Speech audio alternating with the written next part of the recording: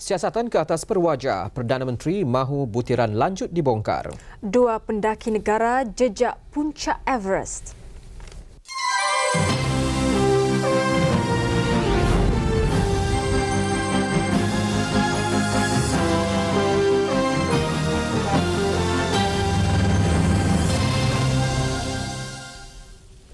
Ketua Menteri Melaka yang baru, Datuk Abu Zahar Isnin diingatkan supaya menjalankan tugas dengan sempurna serta menggunakan kuasa secara bijak. Perdana Menteri Datuk Seri Dr. Mahathir Mohamad berkata, sebagai Ketua Menteri, Datuk Abu Zahar mempunyai banyak kuasa dan ia tidak boleh disalahgunakan. Petang tadi, Datuk Abu Zahar mengangkat sumpah sebagai Ketua Menteri Melaka yang ke-8 di Istana Melaka Air Keruh. Beliau menerima surat pelantikan daripada Yang di-Pertua Negeri Melaka, Tun Said Ahmad Shahabuddin. Datuk Abu Zahar dilantik mengisi kekosongan jawatan itu selepas kematian Datuk Seri Muhammad Zin Abdul Ghani pada 14 Mei lalu. Pelantikan itu diumumkan Timbalan Perdana Menteri Datuk Seri Anwar Ibrahim pagi semalam. Saya harap dia dapat menjalankan tugas dengan sempurna. Apabila seorang jadi Ketua Menteri, dia mempunyai banyak kuasa dan kuasa itu mestilah diguna secara bijak, secara lurus, tidak menyalahgunakan kuasa. Bercakap kepada wartawan Malaysia di London, Datuk Seri Dr. Mahathir berkata faktor bersih akan diberi keutamaan bagi perlantikan ahli politik kejawatan penting dalam negara. Kita nak calon yang bersih, bukan saja bersih tetapi ternampak jelas bersih. Kita tak nak calon yang walaupun bersih tetapi ternampak kotor. Itu penting sekali. Dalam sidang medianya, Perdana Menteri juga melahirkan rasa kesal terhadap sikap sesetengah Bumiputera yang mengamalkan tabiat sering bertukar kerja dan cuma mengambil habuan jangka pendek. Berikutan itu, kerajaan mengambil langkah tidak mengenakan kota Bumiputera di dalam syarikat di Koridor Raya Multimedia. Yang menjadi masalah ialah tidak ada Bumiputera. Kalaupun kita adakan kota tapi tak ada Bumiputera. Dan kita dapati Bumiputera mempunyai terlalu banyak peluang sehingga mereka berlompat-lompat daripada satu syarikat ke satu syarikat asalkan gaji dinaik. Jadi ini bukanlah tujuan kita. Kita nak mereka berada di satu-satu syarikat itu sehingga mereka dapat pengetahuan yang mencukupi. Tapi mereka cuma nampak advantage saja. Dalam kes ini kita kata dalam MSC kita tidak ada kota. Kalau kita ada kota pun tak ada makna kerana kita tak ada orang. Dan kalau ada orang pun dia masuk sekejap, dia nampak online offer better pay, dia berhenti. Jadi kita tak belajar apa. Perdana Menteri adalah dalam rangka lawatan 5 hari ke London. Ketika menjawab keresahan pelajar Malaysia dalam satu sesi soal jawab di Coventry, Datuk Seri Dr. Mahathir menjelaskan dengan panjang lebar asas kemantapan pertumbuhan sihat ekonomi negara. But we have learned quite a lot. We have been able to manage our economy perhaps a little bit better than many other people, many other developing countries, and even some developed countries. It has not been easy to have continuous 8% growth year upon year for 9 years. It's not been easy, and it does not happen by accident. It was managed. Datuk Seri Dr. Mahathir kemudiannya menerangkan bahawa Malaysia tidak berkeinginan untuk menjadi suara bagi dunia ketiga tetapi cuma mahukan kebebasan bersuara sebagaimana negara-negara lain di dunia. If we are to be criticized by others, we feel that we have a right to criticize others when they do wrong things. That is why we make this criticism. For example, there is now a lot of talk about the WTO, trade. Trade should be free. Everybody should be able to buy where they like and sell where they like. Fine. We buy. We also export, fortunately for us. But a lot of these poor countries have nothing to sell except some raw materials. Terlebih dahulu dalam ucapannya, Perdana Menteri menekankan keperluan tenaga kerja mahir di kalangan rakyat Malaysia, terutamanya dalam bidang teknologi maklumat dan multimedia. Although we are going to allow as much foreign personnel to work in the corridor as they wish, but we would expect a lot of Malaysians also to participate. And the Malaysians who are going to be working in that corridor must be highly qualified, particularly in multimedia, in information technology. Hampir 400 pelajar Malaysia menghadiri majlis ramah mesra ini. Ramai yang tidak mahu melepaskan peluang untuk mendekati pemimpin negara. Di Shah Alam, Selangor, pemangku Perdana Menteri Datuk Seri Anwar Ibrahim turut memberi ulasan mengenai pertumbuhan ekonomi negara. Ulasan beliau bagaimanapun menjurus kepada keperluan untuk memastikan pembasmian gejala moral dan kepincangan sosial lain.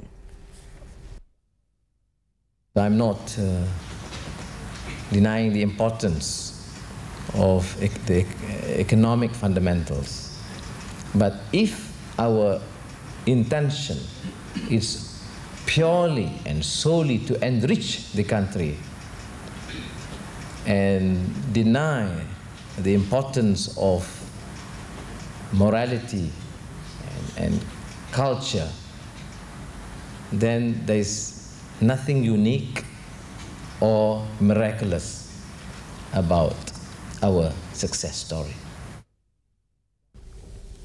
Dalam pada itu, ringgit Malaysia mula mendapat pengiktirafan antarabangsa berdasarkan cadangan untuk diniagakan sebagai kontrak hadapan kewangan di Bursa Kapas New York atau NYCE. Penganalisis bagaimanapun menaruh kebimbangan kerana ia akan mendedahkan mata wang negara kepada apa yang dianggap keadaan yang tidak menentu.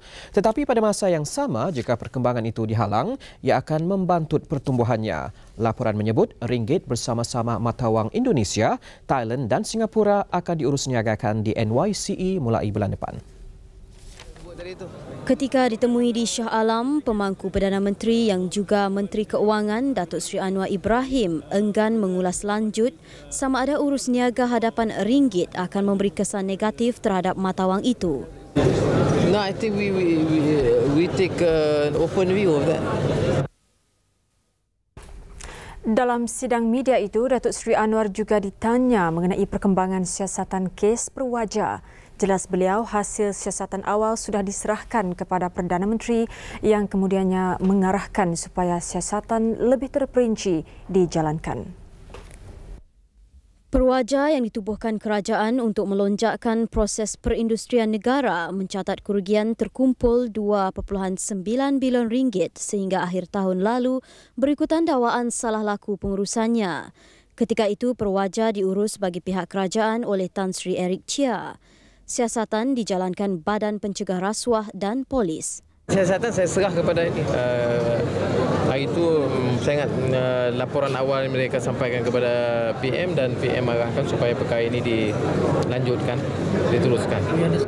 Usaha memulih Perwaja melalui penswastaan kini dipertanggungjawabkan kepada Maju Holdings Berhad yang memegang 51% ekuiti, diikuti kumpulan Lion 30%, manakala baki dipegang Kerajaan Persekutuan dan Kerajaan Negeri Terengganu. Pada sidang media yang sama, Datuk Seri Anwar juga ditanya mengenai perkembangan siasatan terhadap dakwaan penyelewengan dalam pemberian kontrak Telekom Malaysia Berhad kepada syarikat Ericsson.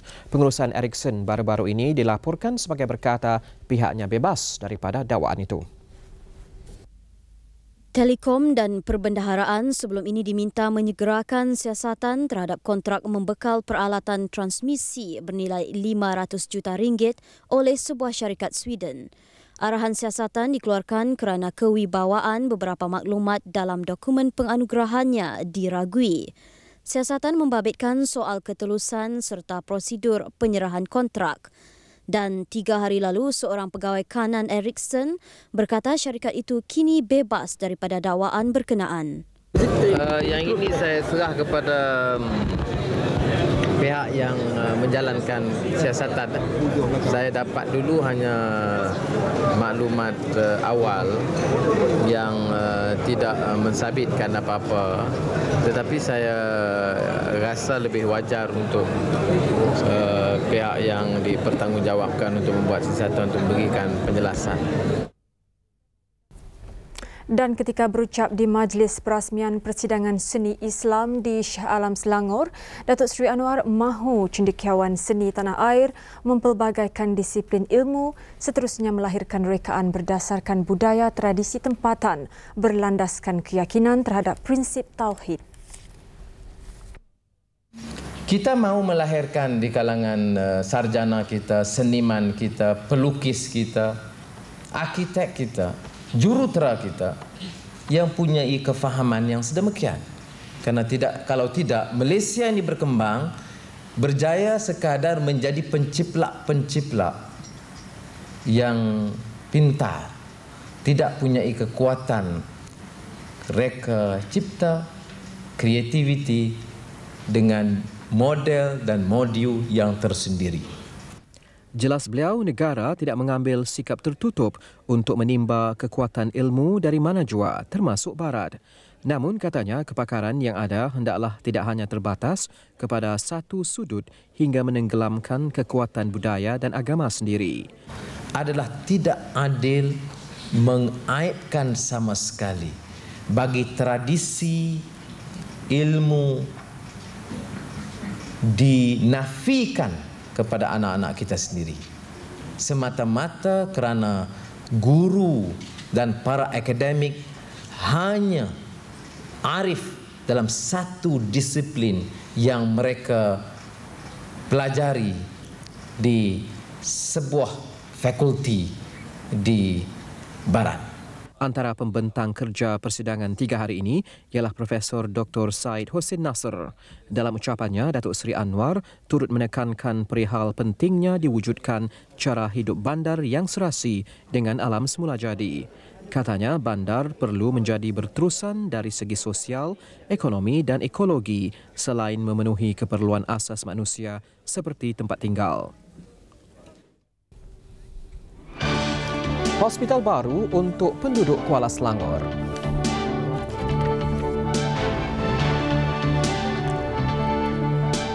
Dua pengurus syarikat ditahan keluarkan perisian komputer secara haram.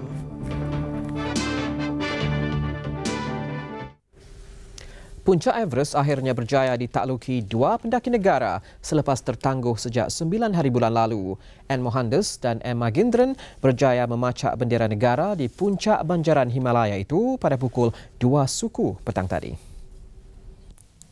Mohanandas dan Magindran berjaya mendaki puncak setinggi 8,848 meter. Mereka bersama 21 pendaki lain memulakan ekspedisi ini Februari lalu.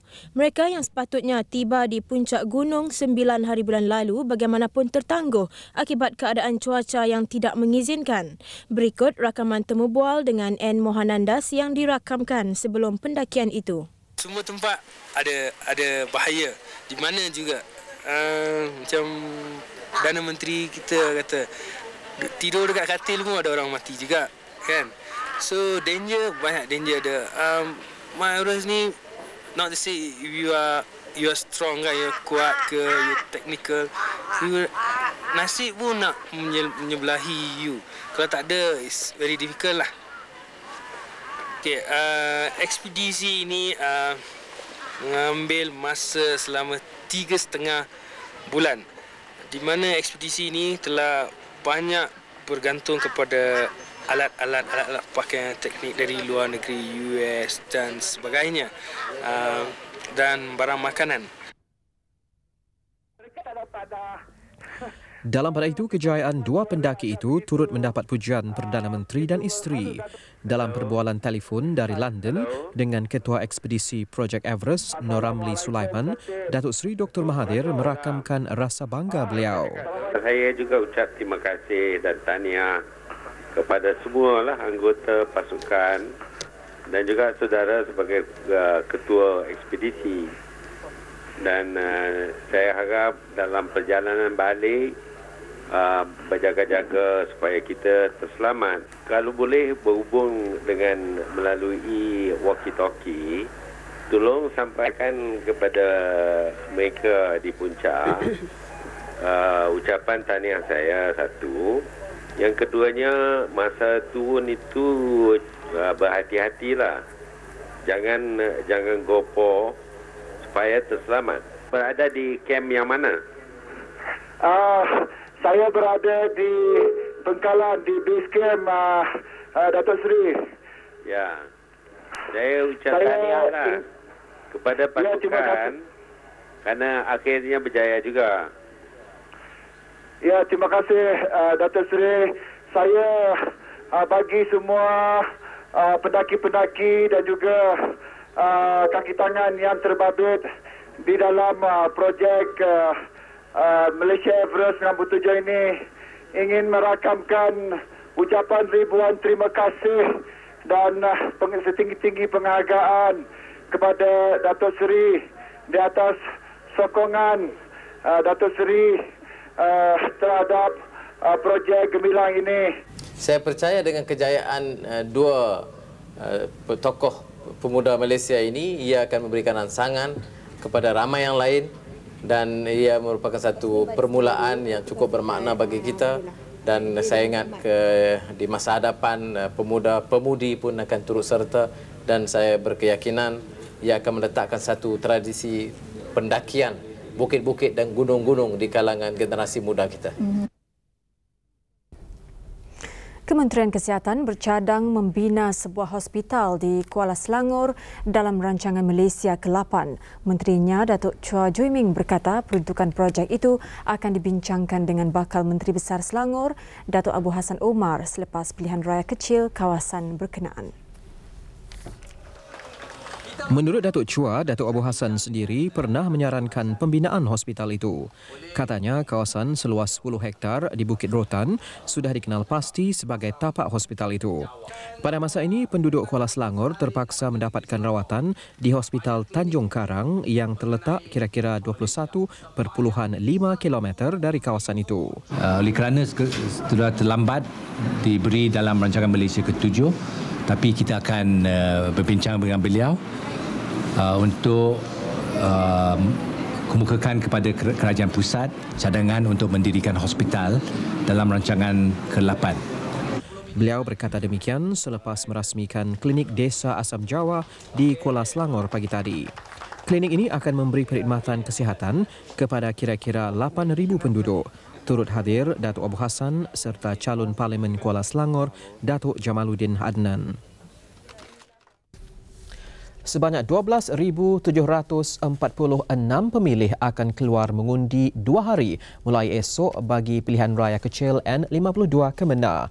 Dalam pertandingan itu, calon Barisan Nasional BN, Datuk Celestin Ujang akan ditentang calon DAP, Chew Chew Sing. Pilihan raya itu diadakan berikutan perintah Mahkamah Pilihan Raya Miri pada 21 April membatalkan keputusan pilihan raya negeri kawasan Kemenang. Keputusan dibuat selepas didapati pemilihan Datuk Celestin tanpa bertanding sebagai tidak sah.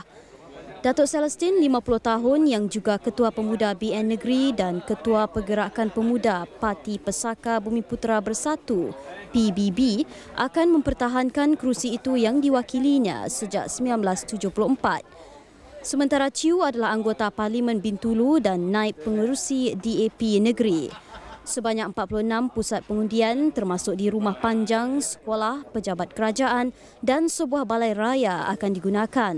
Esok, 15 pusat pengundian akan dibuka bagi membolehkan 3,139 pengundi kawasan pedalaman menunaikan tanggungjawab mereka. Semua pusat mengundi akan dibuka mulai 7.30 pagi kecuali di Sekolah Rendah Bukit Mawang iaitu dari pukul 1 petang hingga 3 petang. Pilihan raya kecil Kemenang adalah yang kedua tahun ini di Sarawak. Pada pilihan raya kecil Bukit Begunan, calon BN Mong Anak Dagang memenangi kerusi itu. Dalam pada itu, pengerusi Suruhanjaya Pilihan Raya SPR, Datuk Harun Din, menggesa semua pemilih berdaftar keluar mengundi beramai-ramai. Dan kita harap jugalah bahawa pengundi-pengundi sekalian akan keluar mengundi pada hari tersebut, pada 24-25. Dan keluar pula bukanlah keluar pula dengan beramai-ramai untuk mengundi, memilihkan siapa yang mereka suka. Dan saya harap bagi target yang sepatut kita capai adalah mungkin lebih daripada 60%. Keputusan pilihan raya kecil itu dijangka akan diketahui sebelum pukul 8.30 malam Ahad. Beralih ke laporan Bursa Saham Kuala Lumpur, harga saham ditutup tinggi. Indeks komposit naik 7.17 mata kepada 1078.2, manakala indeks perusahaan melonjak 30.93 mata kepada 2083.03. Sejumlah 347.172 juta saham bernilai 2.48 bilion ringgit diurus niagakan. Pada penutup, 438 kaunter untung berbanding 200 rugi, manakala 115 lagi diniagakan tidak berubah.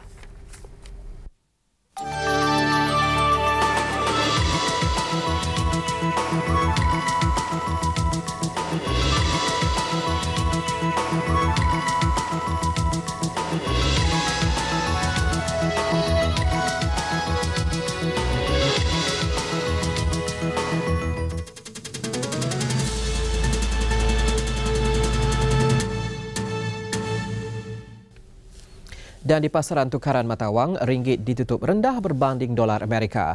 Berikut disenaraikan nilai ringgit berbanding beberapa mata wang utama dunia.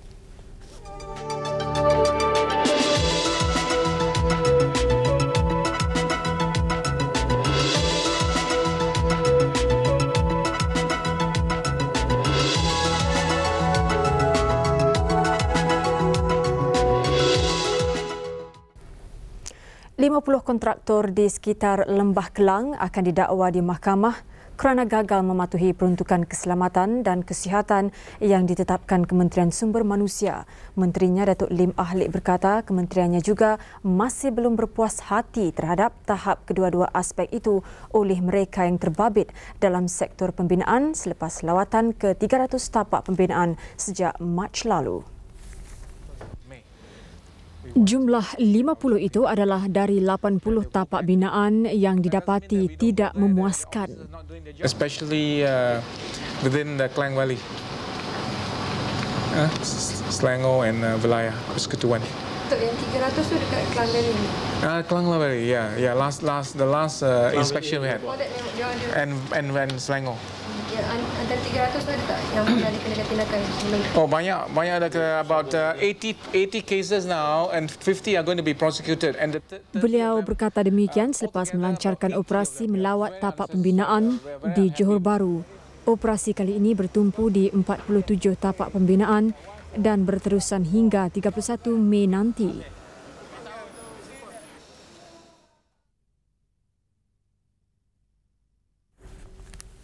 Mahkamah Singapura hari ini mengeluarkan waran tangkap terhadap ahli politik Parti Pembangkang Singapura Tang Liang Hong kerana gagal hadir di mahkamah berhubung 33 tuduhan tidak membayar cukai. Tang, ahli Parti Pekerja yang lari ke Malaysia dan kini dipercayai berada di Hong Kong, dikatakan gagal membayar cukai berjumlah $210,982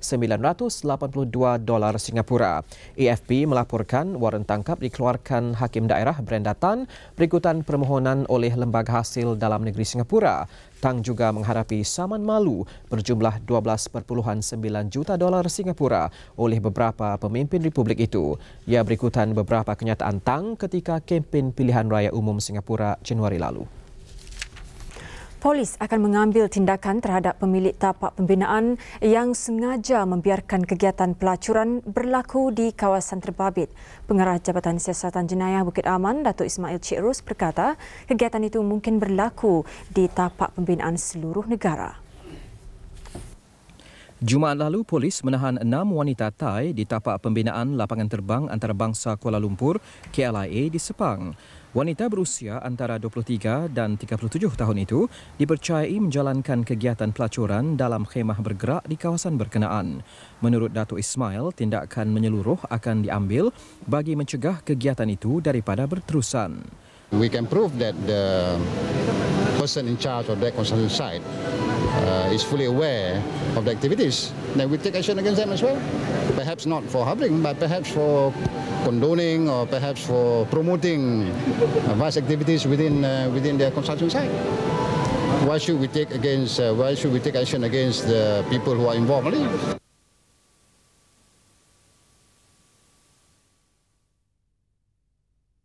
Dengar juga, tapi tak tahu lah. Sudah lama lah dengar. Kenapa di dalam? Tak pernah. Tak ada lah. Tak ada. Tak tahu. Tak dengar ya. Tak ada. Tak tahu lah. Tak pernah dengar. Ya. Ada kawan-kawan yang tahu? Tak ada tahu lah. Kawan-kawan pun tak tahunya. Pun tak pernah tengok itu. Tapi tahu? Tak. Saya kerja kawasan sini aja lah, bikin longkang. Saya tak pernah masuk sampai dalam sana. Dua pengurus atasan sebuah syarikat ditahan kerana terbabit dalam kegiatan memasang dan mengeluarkan perisian komputer secara haram. Mereka ditahan dalam satu serbuan polis dengan kerjasama Business Software Alliance (BSA) di Desa Tun Razak Ceras, Kuala Lumpur. Naib Presiden BSA, Brian Gauss, berkata serbuan itu dilakukan Isnin lalu hasil maklumat orang ramai. Menurutnya, polis juga merampas barangan lain seperti cakra komputer, alat tertikus dan unit memproses perisian komputer bernilai RM400,000.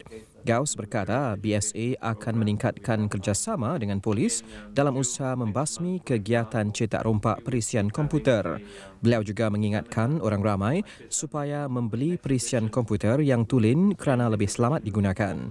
Mereka yang mempunyai maklumat mengenai kegiatan cetak rompak perisian komputer boleh menghubungi BSA di talian 800 3875. Susulan kejadian kerosakan kabel elektrik bawah tanah bervoltan tinggi di Jalan Awan Besar, Jalan Kelang Lama 2 hari lalu, kontraktor terbabit Jernih Enterprise menolak kecuaian sebagai faktor kejadian itu. Dalam kejadian kira-kira pukul 4.30 petang 21 Mei lalu, kira-kira 15,000 pengguna di selatan Kuala Lumpur dan Sea Park terputus bekalan elektrik selama hampir 8 jam. Ini berikutan kabel isian minyak yang membekalkan 132 kV tenaga ke kawasan itu bocor. Pengerusi Eksekutif TNB, Datuk Ahmad Tajuddin Ali, ketika melawat tempat kejadian semalam mendakwa kerosakan kabel berkenaan disebabkan kecuaian kontraktor yang menjalankan kerja-kerja membina longkang konkrit di jalan terbabit. Berikutan itu, pihaknya mengeluarkan surat meminta pembinaan dihentikan segera untuk tempoh 3 minggu bagi kerja pembaikan. Pengarah Jernih Enterprise, Ibrahim Embung, ketika ditemui menolak kecuaian pekerjanya sebagai punca kejadian berkenaan. Menurutnya, tidak ada sebarang tanda amaran yang menunjukkan terdapatnya kabel berkenaan ketika kerja pembinaan dijalankan. Cuba kita fahamkan, di bawah sana, dengan pipe air, dengan Telekom, dengan TNB-nya, saya rasa berselirat di bawah sana. Jadi kita pun tak tahu. Kalau ada orang beritahu, katakan di sini ada dalam drawing kita, ni kabel TNB, Telekom, JBA. Kita tak nak tanggung risiko. Kita mesti tahu, kita mesti buat cara yang terbaik. Ya kan? Kalau dah kena macam ni, saya kena berhenti kerja 2-3 minggu. Itu merugikan kontraktor. Bermakna kita tak nak. Menurutnya, kejadian itu adalah yang pertama sejak syarikatnya beroperasi 23 tahun lalu. Ini adalah kejadian yang pertama. Majikan Pekerja Indonesia kini hanya perlu mengemukakan permohonan kepada Kedutaan Besar Republik berkenaan untuk urusan pembaharuan pasport antarabangsa pekerja mereka. Pengarah Imigresen Kedutaan itu, Hamsuk S. Wijaya, berkata pihaknya akan menghantar kaki tangan terus ke tempat majikan terbabit untuk urusan itu.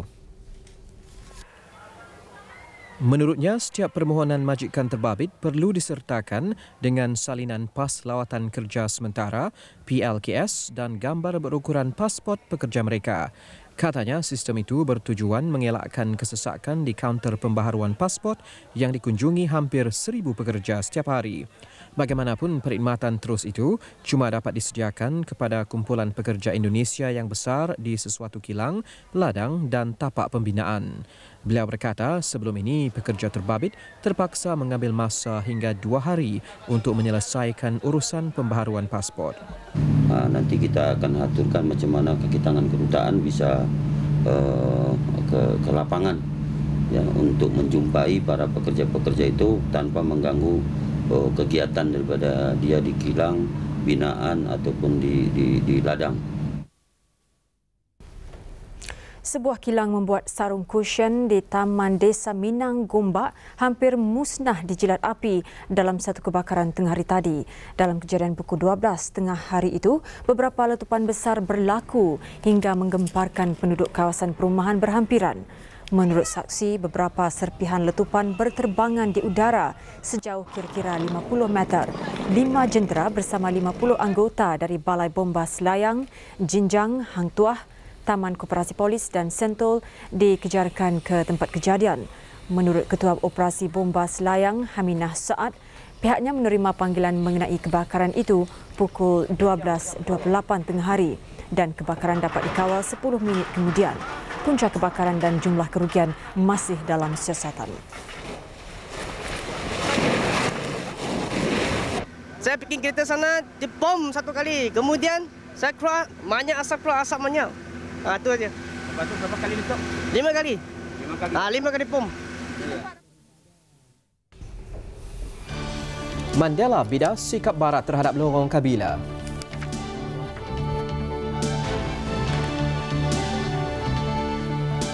Nahas pesawat di Indonesia, 6 terkorban.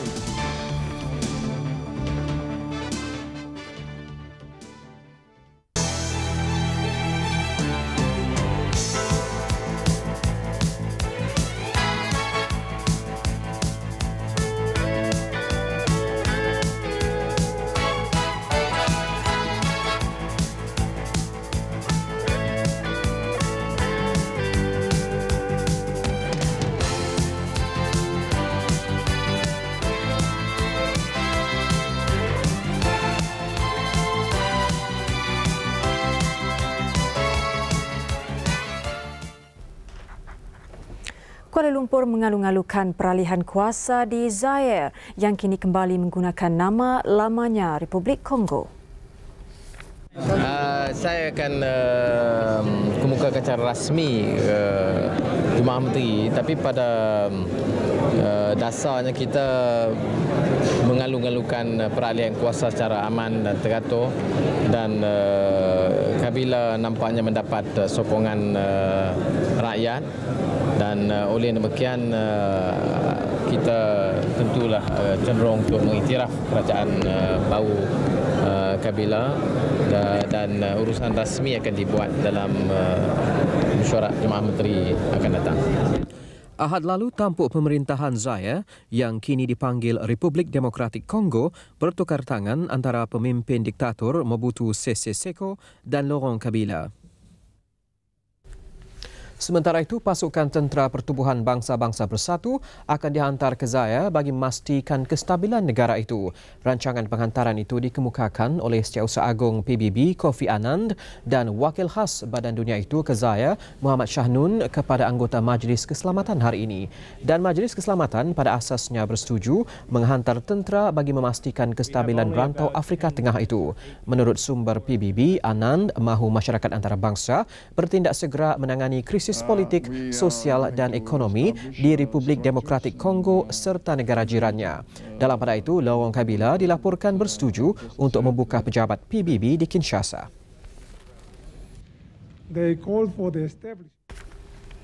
Di Zimbabwe, Presiden Afrika Selatan Nelson Mandela membidas negara barat yang dikatakan cuba mengajar Kabila mengenai demokrasi. Katanya negara barat bersifat talam dua muka apabila cuba memberi nasihat mengenai demokrasi kepada Kabila. Merhati berpendapat bidasan itu ditujukan kepada Amerika Syarikat dan Perancis yang selama ini menyokong bekas Presiden Mobutu Sese Seko tetapi kini mendesak Kabila segera mengadakan pilihan raya. Menurut Mandela, Kabila berjanji akan mengadakan pilihan raya dalam tempoh 60 hari. Presiden Mandela memuji Kabila yang dianggap bersungguh-sungguh mewujudkan kedamaian apabila melaksanakan gencatan senjata sebaik menguasai Zaire. Beliau juga menyambut baik sokongan pemimpin Afrika lain terhadap Kabila. Kemelut politik yang melanda Albania dijangka berakhir apabila Presiden Sali Berisha bersetuju mengadakan pilihan raya pada 29 Jun depan. Pengumuman mengenainya dibuat Berisha ketika berkempen di Elbasan, 35 km ke tenggara Tirana. Sejurus selepas pengumuman, kerajaan sementara yang dipimpin Perdana Menteri Bashkim Fino merayu kepada Kesatuan Eropah membantu mengawasi perjalanan pilihan raya itu nanti. Fino daripada Parti Pembangkang Sosialis dikatakan tidak bersetuju dengan peruntukan baru undang-undang mengenai pilihan raya yang diluluskan oleh anggota Demokrat pimpinan Berisha.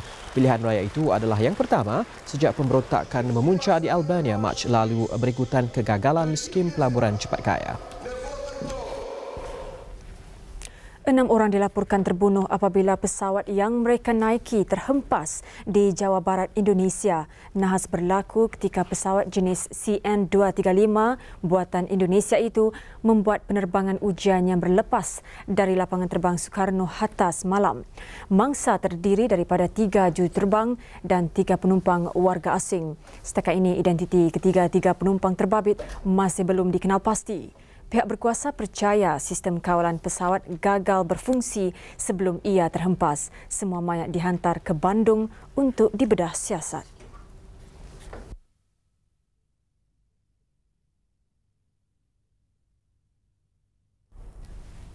Perkembangan latihan gimnastik negara, Persekutuan Gimnastik Malaysia MGF akan mengadakan panel pengadil bebas tempatan secepat mungkin bagi menyokong sistem pengadilan yang betul. Cadangan itu turut disokong Timbalan Menteri Belia dan Sukan Datuk Lok Yuan Yau ketika menyaksikan latihan gimnas negara siang tadi. Menurut beliau, penubuhan panel itu penting mengelakkan berlakunya pengadilan berat sebelah seperti yang dialami di Sukan Olimpik. Ia juga sejajar dengan perkembangan gimnastik di negara ini. Berbeza pada lawatan pertama 23 Januari lalu, lawatan Datuk Lok hari ini hanya membabitkan perbincangan dengan atlet.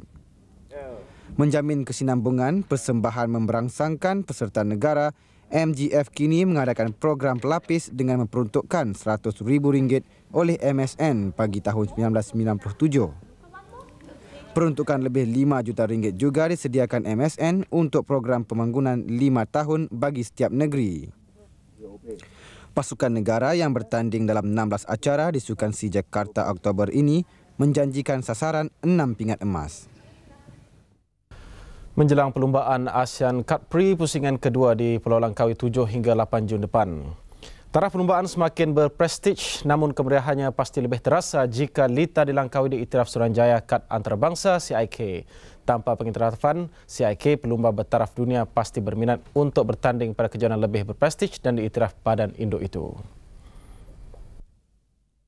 Antara yang berubah haluan, bekas juara Asia 1995 Firhan Ali dari Indonesia. Kehebatan Firhan yang juga juara pertama ASEAN Cup Prix tahun lalu pasti dirindui peminat. Maybe he have some engagement with European side because he is holding a CIK license. So he is more priority to the world event. Namun tanpa Firhan, ASEAN Cup Prix pusingan kedua tetap hebat, terutama persaingan untuk kategori kebangsaan dan terbuka. Bekas juara kebangsaan Muhammad Fairuz Fauzi yang bertanding kategori terbuka dan Kifli Osman kategori kebangsaan dijangka penyinar di Lita Morek. Kemeriahan kejohanan lebih dirasakan terutama dengan pembabitan dua penaja utama Air Asia dan Malaysia Electric Corporation MCE. Air Asia menyumbang RM60,000 manakala MCE RM40,000 kepada promotor kejohanan Mofas Motorsport. Beralih ke bola sepak. Piala Libertadores Amerika Selatan, bekas gergasi bola sepak Uruguay Peñarol mencerahkan peluang ke separuh akhir dengan menewaskan Racing Club 1-0. Peñarol akan membawa kelebihan 1 gol ke Buenos Aires untuk perlawanan peringkat kedua. Ini kali pertama dalam masa 10 tahun Peñarol melangkah ke peringkat suku akhir Piala Libertadores.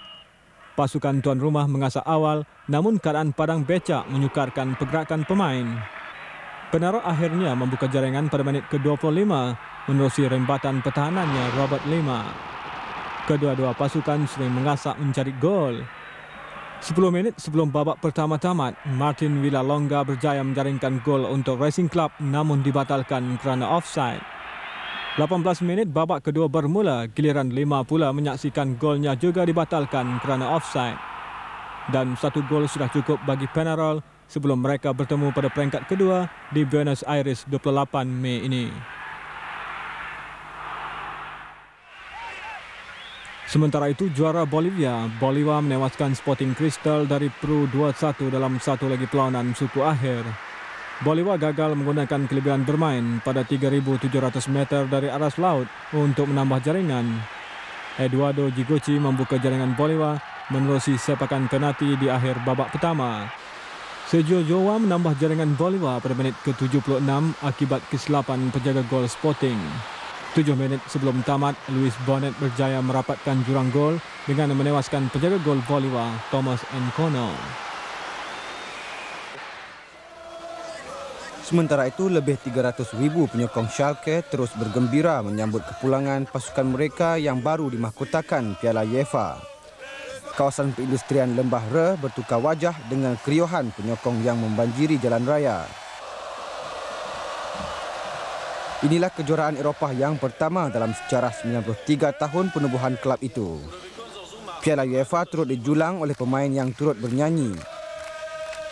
Penyokong Schalke juga mengambil peluang melihat pemain kesayangan mereka dari dekat. Mengambil sepakan penalti sering merentap semangat pemain bola sepak. Bintang dunia seperti Maradona, Platini, Zico dan Baggio antara yang pernah gagal menyempurnakan sepakan penalti. Itu tidak sepatutnya berlaku, kata bekas pemain Manchester United, Charlie Mitten, yang mempunyai rekod cemerlang menjaringkan sepakan penalti. Nama Charlie Mitten kembali dikenang di Old Trafford. Dia beraksi untuk United ketika zaman Matt Busby pada tahun 40-an dan awal 50-an. Mitten tetap unik di kalangan penyokong United kerana kehebatannya menjaringkan penalti. Dia pernah menjaringkan 3 penalti dalam satu perlawanan. Dan tekniknya ialah menyepak bola dengan lilitan mata. Menurutnya, cara ini berkesan menyempurnakan sepakan penalti. Seseorang pemain itu hanya perlu tunduk dan jangan mengubah fikiran ketika hendak membuat sepakan. Mitten masih mengikuti perkembangan bola sepak Inggeris dan meluangkan masa mengajar tekniknya kepada pemain muda. Persatuan Tinju Amatur Negeri Sembilan mengambil langkah berani mencari peninju muda menerusi kejohanan terbuka tinju remaja. Lebih unik, kejohanan julung kali itu diadakan di sebuah pusat membeli belah bagi mempromosi sukan tinju di kalangan orang ramai yang masih sangsi dengan sukan itu. Setiausaha pertandingan, Meja Besara Fadil Osman berkata kejohanan itu diadakan dengan kerjasama Majlis Sukan Sekolah-Sekolah Malaysia, Negeri Sembilan dan MSN. Ia bertujuan mencari peninju pelapis di kalangan umur 15 tahun ke bawah. Di samping itu juga diadakan kejohanan peninju elit negara bagi menentukan ranking mereka. Ini memudahkan pentadbiran menyaring mereka dan menentukan latihan yang sesuai. Antara yang terbabit ialah peninju Olimpik Atlanta, Sapuk Biki. Lebih menarik ialah kejohanan tinju bayang, shadow box di kalangan pelajar sekolah rendah 12 tahun ke bawah. Gaya mereka dinilai oleh 2 jurulatih kebangsaan dari Thailand dan Cuba. Shadow box popular di Cuba, Korea Selatan dan Thailand bagi mencungkil bakat baru. Cara ini bagi mendekatkan ibu bapa dengan sukan tinju yang dianggap berbahaya. Beralih ke rali Argentina, juara dunia Tommy McKinnon menamatkan cabaran hari pertama dengan melalui 2 pencabar utama Colin McRae dan Carlos Sainz. Pemandu Finland, McKinnon berada di depan selepas peringkat ketiga sebelum melebarkan kelebihannya kepada 12 saat pada peringkat keempat. Bagaimanapun, McRae dan Sainz berjaya mendapatkan jurang kelebihan itu dengan baki 4 peringkat perlumbaan. Sainz hanya ketinggalan 8 saat dan diramal memberi tentangan sengit kepada McKinnon. Saingan sengit menambah kegairahan peminat Argentina yang hampir mencetuskan kekacauan apabila membanjiri laluan rali. Pelumba Britain McRae turut berpeluang memintas McKinnon selaku pendahulu keseluruhan jika memenangi rali Argentina. Perlumbaan hari kedua menyusuri laluan barat Cordoba sejauh 180 km.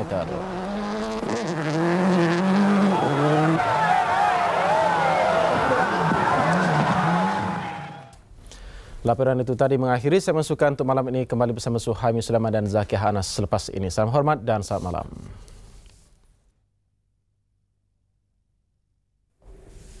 Penduduk Sabah tidak lama lagi akan dapat menikmati perkhidmatan stesen kabel TV yang menawarkan pelbagai rancangan menarik. Stesen kabel TV pertama di Malaysia, Mega TV, akan dilancarkan serentak di Sabah dan Sarawak selewat-lewatnya pertengahan bulan Jun.